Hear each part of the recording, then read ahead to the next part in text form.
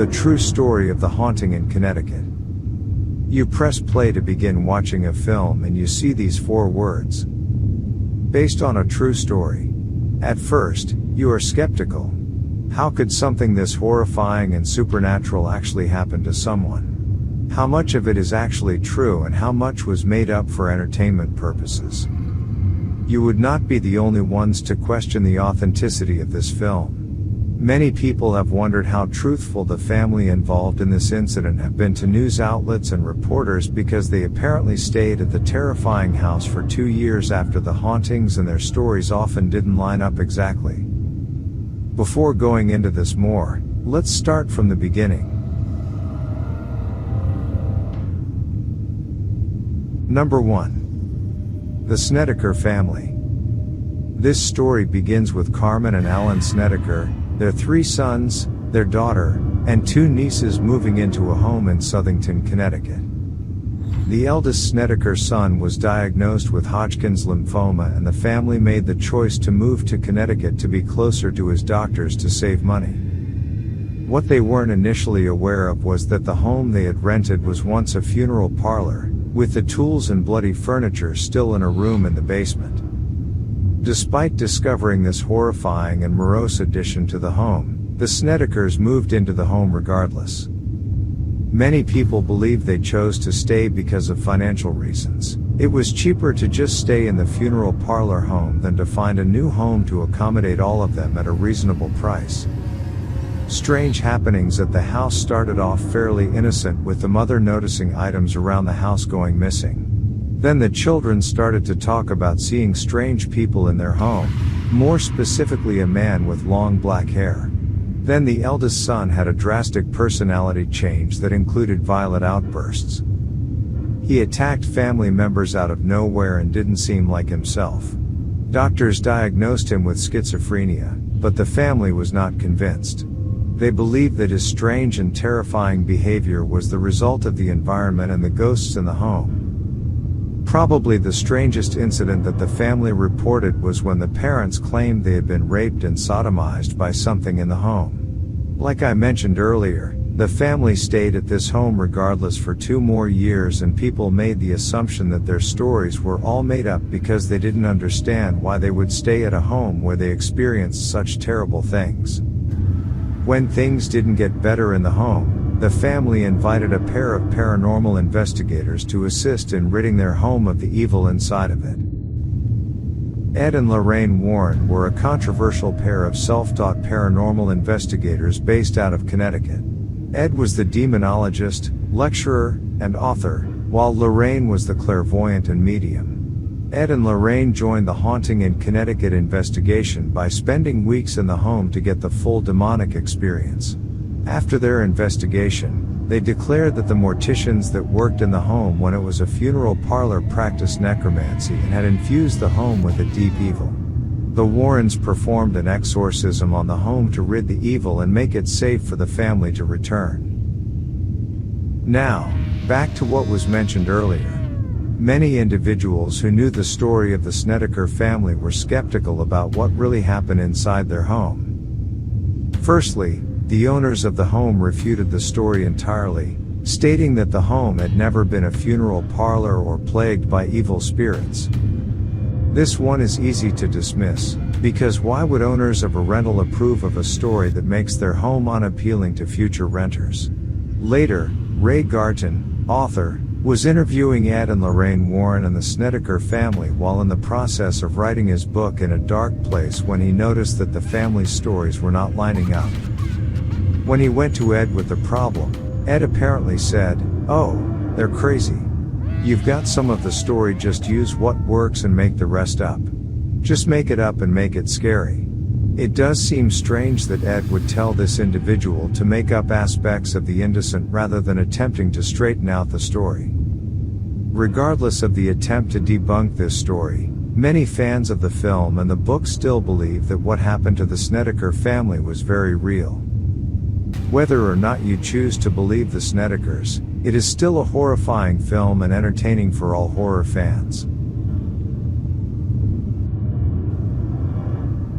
Number 2. Inside the real Annabelle doll's true story of terror. The true story of the original Annabelle doll began when she terrorized her first owner in 1970, forcing Ed and Lorraine Warren to take her to their occult museum for safekeeping. She sits in a glass case bearing a hand-carved inscription of the Lord's Prayer while a pleasant smile rests on her happy face sitting under a mop of red hair. But beneath the case is a sign that reads, "Warning, positively do not open." To the uninformed visitors of the Warrens' Occult Museum in Monroe, Connecticut, she looks like any other Raggedy Ann doll produced in the mid-20th century. But the original Annabelle doll is actually anything but ordinary. Since her first supposed haunting in 1970, this allegedly evil doll has been blamed for demonic possession, a slew of violent attacks, and at least 2 near-death experiences. In recent years, the true stories of Annabelle have even inspired a series of horror films. But just how much of Annabelle's story is real? Is the real Annabelle doll truly a vessel for a demonic spirit in search of a human host, or is she simply a child's toy used as a prop for wildly profitable ghost stories? These are the real stories of Annabelle. Though she doesn't share the same porcelain skin and lifelike features as her cinematic counterpart, the Annabelle doll that lives in the Occult Museum of famed paranormal investigators Ed and Lorraine Warren, the pair that worked on the case, is made all the more creepy by how ordinary she appears. Annabelle's stitched features, including her half-smile and bright orange triangular nose, evoke memories of childhood toys and simpler times. If you could ask Ed and Lorraine Warren, though Ed died in 2006 and Lorraine died in early 2019, they would tell you that the stark warnings scrawled across Annabelle's glass case are more than necessary. According to the well-known demonologist couple, the doll is responsible for 2 near-death experiences, 1 fatal accident, and a string of demonic activities that lasted some 30 years. The first of these infamous hauntings can allegedly be traced back to 1970, when Annabelle was brand new. The story was told to the Warrens by 2 young women and was retold for years after by the Warrens themselves. As the story goes, the Annabelle doll had been a gift to a young nurse named Donna, or Deirdre, depending on the source, from her mother for her 28th birthday.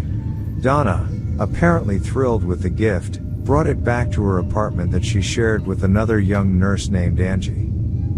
At first, the doll was an adorable accessory, sitting on a sofa in the living room and greeting visitors with her colorful visage.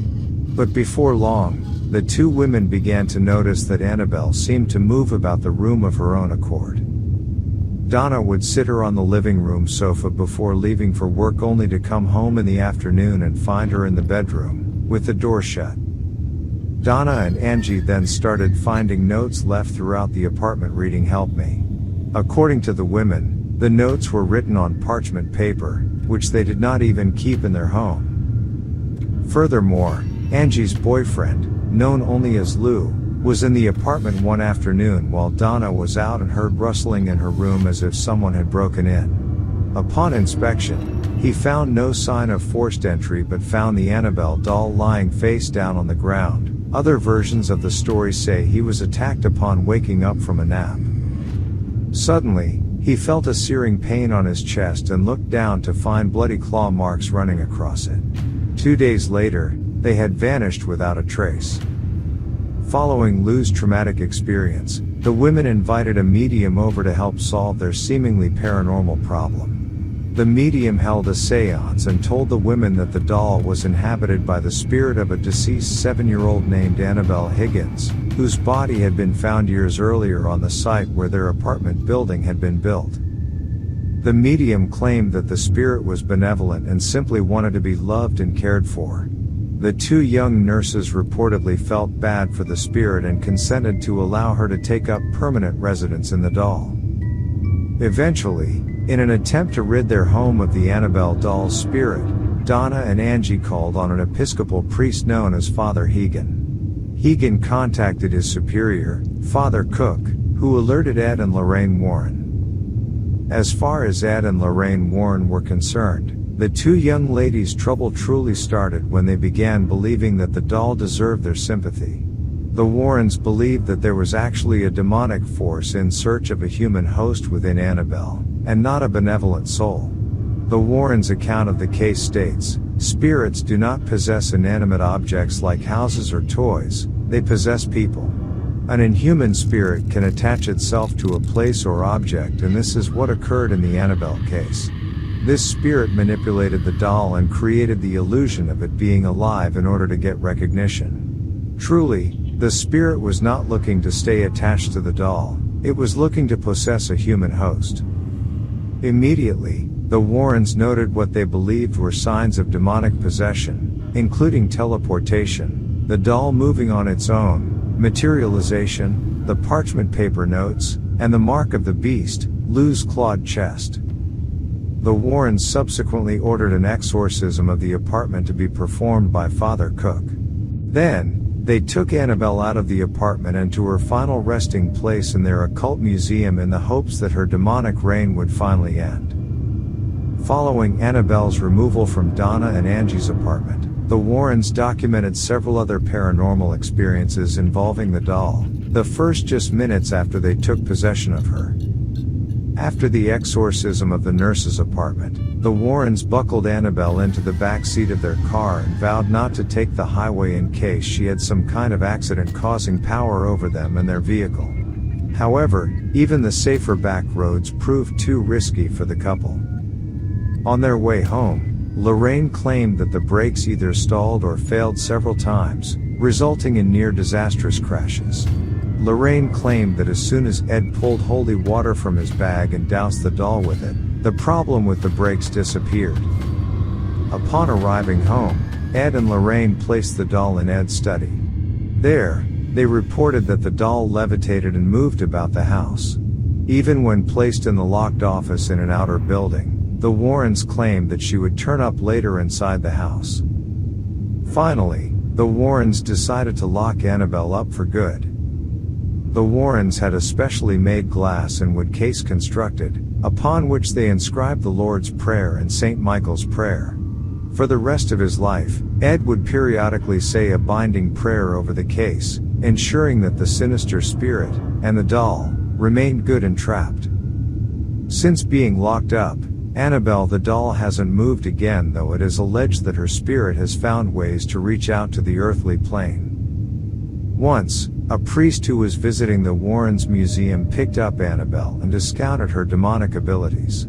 Ed warned the priest about mocking Annabelle's demonic power, but the young priest laughed him off.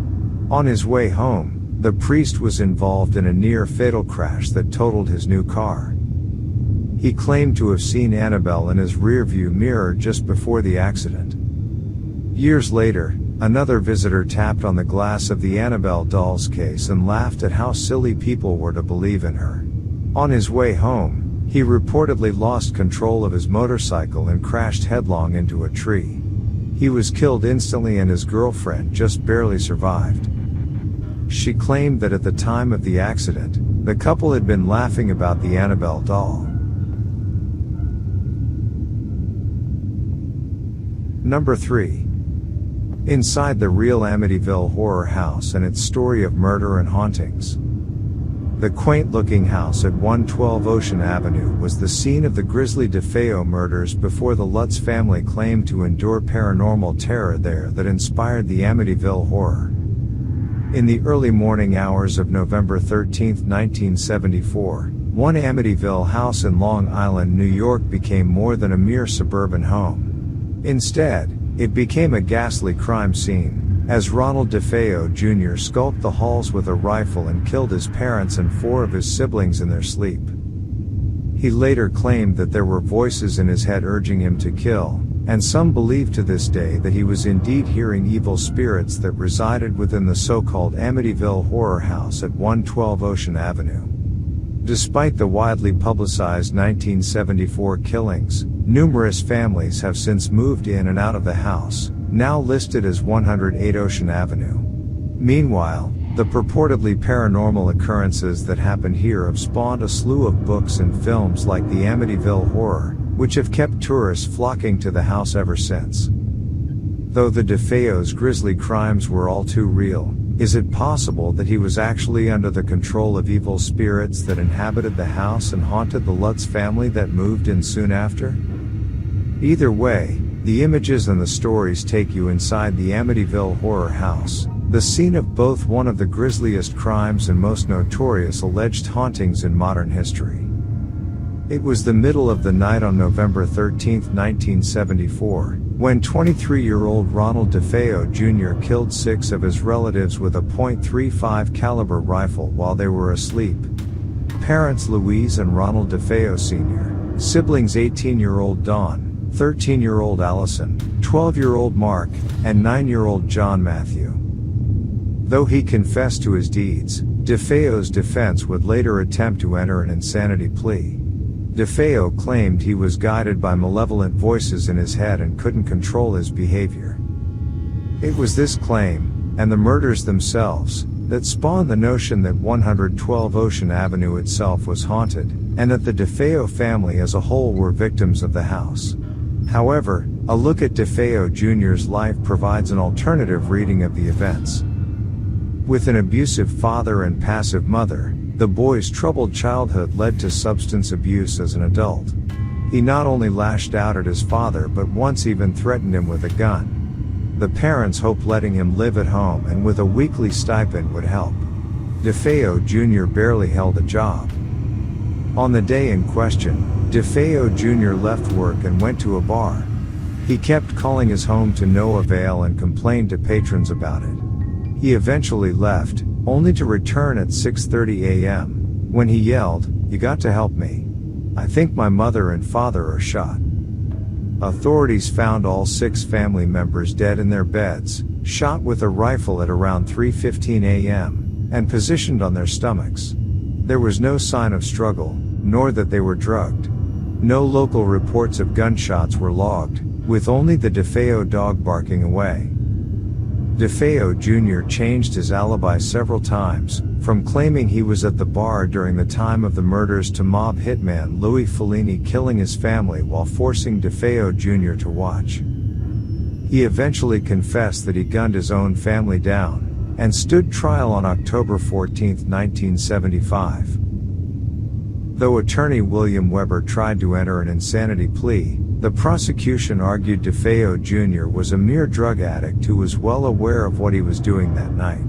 He was convicted on 6 counts of second-degree murder and sentenced to 6 concurrent sentences of 25 years to life. But it wasn't until after the Lutz family moved into the house in December of 1975 that the purported haunting of the Amityville horror house allegedly set in.